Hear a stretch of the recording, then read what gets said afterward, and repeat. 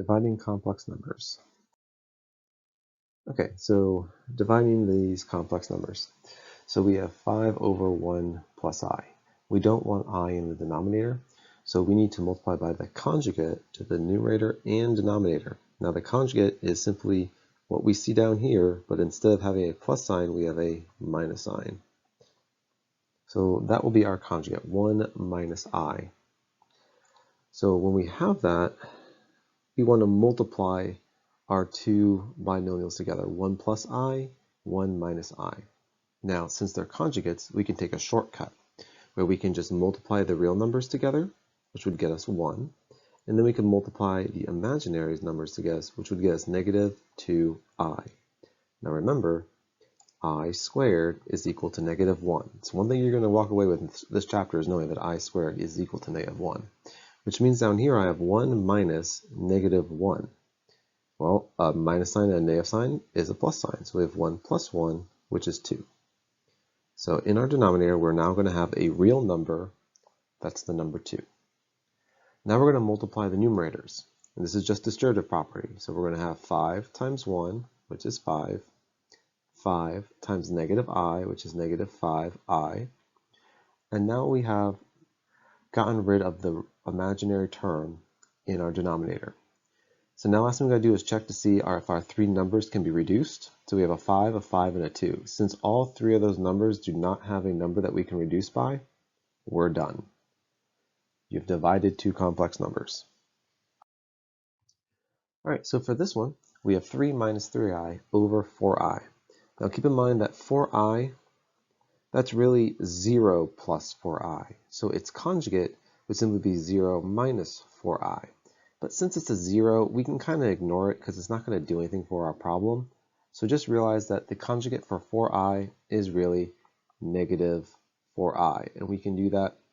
We're going to multiply that to the numerator and denominator.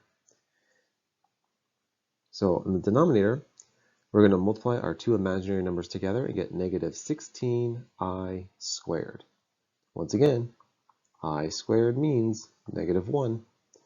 So we really have here on the bottom is negative 16 times negative 1, which is positive 16. So our denominator now has a real number of 16, which is what we're going for. On the top, we're going to go ahead and use the distributive property. So we're going to go 4i times 3, or negative 4i times 3, which is negative 12i. And then we're going to multiply the negative 4i to the negative 3i. That would give us positive 12i squared. Now remember, I squared means negative 1. So what we really have here is 12 times negative 1. So that's negative 12. Then we have our minus 12i all over 16. Now before we say that we're done, we need to look at the three numbers, negative 12, and 16, and do they have a value that we can reduce by? Well, the biggest number that they could reduce by would be 4. And that's because 12 divided by 4 is 3, 12 divided by 4 is 3, 4 divided by 4, 16 divided by 4 is 4. So I'm going to divide each of these by 4, so we'd have negative 3, negative 3i over 4. Now we have 3, 3, and 4. We can't reduce that, therefore we're done. Okay, so for this one, we'll notice on the bottom that we have a negative 2 plus I. Once again, we want to use our conjugate, which would simply be negative 2 minus I. The only sign that changes is the one that's in front of I, which is usually the one in the middle of the two terms. So from here, we're going to go ahead and multiply them together. So we're going to multiply the real numbers. Negative 2 times negative 2 is positive 4, and I times negative I is negative I squared. Once again, I squared means negative 1, so what we really have here is 4 minus negative 1. Two negatives make a positive, so 4 plus 1 is 5. That's the number that goes in the denominator. Now, in the numerator, we have two binomials, and we got to multiply them together, which means we need to use the box. So I'm going to go over here. I'm going to draw out my box. And I have 8i, and I have negative 2, and then a negative I. I'm going to multiply them together. So 8 times negative 2 is negative 16. 8 times negative I is negative 8i. I times negative 2 is negative 2i. And I times negative I is negative I squared. So we're going to go ahead and notice that we have some like terms here.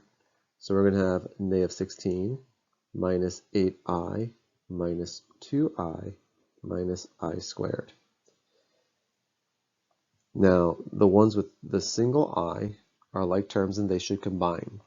So what we really have here is negative 16 minus 10i minus I squared. Remember, when you combine like terms, you always leave variables alone when you do that. You're going to do the same thing with the i's. I's are not variables, but they act in the same way when it comes to combining like terms. Our I squared means negative 1, so a minus sign and a negative sign means we have plus 1. And then we want to combine like terms, so we have a 1 plus negative 16, so that's negative 15 plus 10i. So that's going to be my numerator. So now I checked my three values, 15, 10, and 5, and I noticed that I can reduce that by 5. So negative 15 divided by 5 is negative 3. Negative 10 divided by 5 is negative 2. Don't forget your I. And then 5 divided by 5 is 1. So you can write your answer like that or like this. Whatever one you prefer, they are both correct. All right, our last problem. On the bottom, we want to write the conjugate of 2 minus 9i, which is going to be 2 plus 9i. And what you do to the bottom, you got to do to the top. All right, so we're going to take the shortcut since these are conjugates when it comes to multiplying. We're going to go 2 times 2. We're going to multiply the real numbers together. Negative 9 times 9 is negative 81i squared. And then once again, I squared means negative 1. So we have 4 minus 81 times negative 1, which means that's going to be 4 plus 81. And so that's going to be 85. In the numerator, this is where we need to go ahead and use our area model box to help us multiply. So we're going to have 4 times 4i, and we're going to have 2 times 9i. We're going to multiply them together. So 4 times 2 is 8. 4 times 9i is 36i. And 4i times 2 is 8i. And then 4i times 9i is 36i squared. It's squared because both of those values have i's.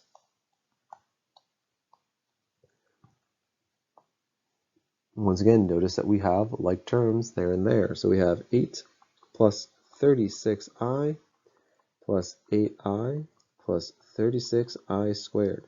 The like terms are these two with the single i's. So we're going to have 8 plus 44i plus 36i squared. Once again, I squared means negative 1, so what we really have there is negative 36. And then we have 8 and a negative 36, so 8 minus 36 gives us negative 28 plus 44i.